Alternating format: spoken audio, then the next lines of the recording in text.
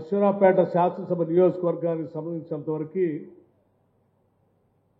ఈ నియోజకవర్గంలో ఉన్నటువంటి ఏ ఒక్క రైతాంగ సోదరుడు కానీ ఏ ఒక్క విద్యుత్ వినియోగదారుడు కానీ ఎటువంటి ఇబ్బందులు లేకుండా ట్రిప్ కాకుండా లో వోల్టేజ్ లేకుండా ఉండే విధంగా మాకు కొన్ని సబ్స్టేషన్లు కావాలని రాష్ట్ర ప్రభుత్వాన్ని కోరితే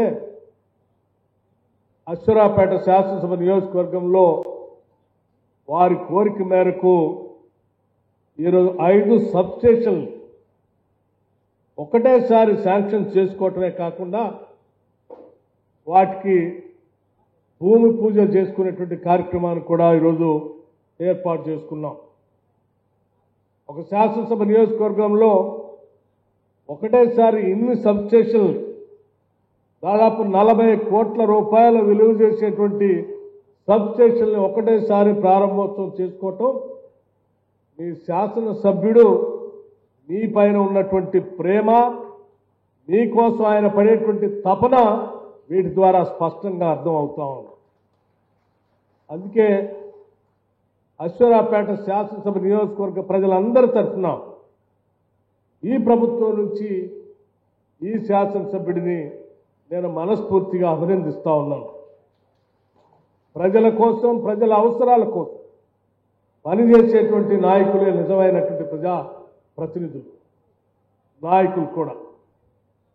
అందుకే వారు నిత్యం ఈ శాసనసభ నియోజకవర్గం నుంచి ఇల్లు కావాలనో, సబ్స్టేషన్లు కావాలనో, రోడ్లు కావాలనో, వంతెన కావాలనో, కాలువలు కావాలనో, ప్రాజెక్టులు కావాలనో రకరకాలైనటువంటి సమస్యలతోనే కాగితాలు పట్టుకొని వస్తూ ఉంటారు.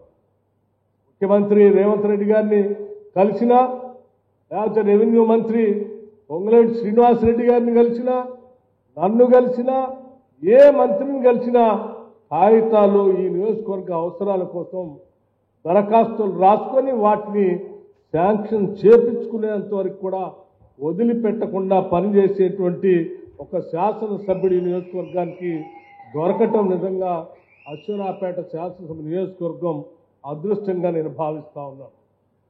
మిత్రులారా, ఎందుకనంటే ఈ శాసనసభ నియోజకవర్గం అత్యంత దూరంగా రాష్ట్రానికి ఉన్నప్పటికీ పెద్ద ఎత్తున గిరిజనులు ఉన్నటువంటి శాసనసభ నియోజకవర్గం, అట్లాగే వ్యవసాయం మీద పెద్ద ఎత్తున ఆధారపడి ఉన్నటువంటి నియోజకవర్గం కూడా.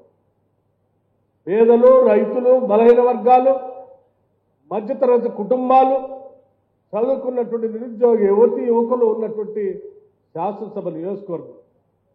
అందుకోసమే ఈ నియోజకవర్గంలో ఉన్నటువంటి అన్ని వర్గాల ప్రజల కోసం నిత్యం అనేక రకాలైనటువంటి ప్రణాళికలు తయారు చేసుకొని వారి అభివృద్ధి కోసం ముందుకు పోతూ భవిష్యత్తులో ఈ అశ్వరాపేట శాసనసభ నియోజకవర్గాన్ని ఒక ఆదర్శవంతమైనటువంటి శాసనసభ నియోజకవర్గంగా తీర్చిదిద్దాలనేటువంటి ఆలోచనతో ముందుకు వెళుతున్నటువంటి శాసనసభ్యుల్ని అభినందిస్తూ ఈ రాష్ట్ర ప్రభుత్వం మీకోసం చేసేటువంటి కార్యక్రమాలు కూడా కొన్ని విషయాలు మీ అందరితో పంచుకోవాలనేటువంటి ఆలోచనతోనే ఈరోజు మీ ముందు మాట్లాడుతూ ఉన్నాం. ఇండియా పాకిస్తాన్ ఉద్రిక్తతలపై లేటెస్ట్ అప్డేట్స్ కోసం డౌన్లోడ్ చేసుకోండి RTV లైవ్ యాప్.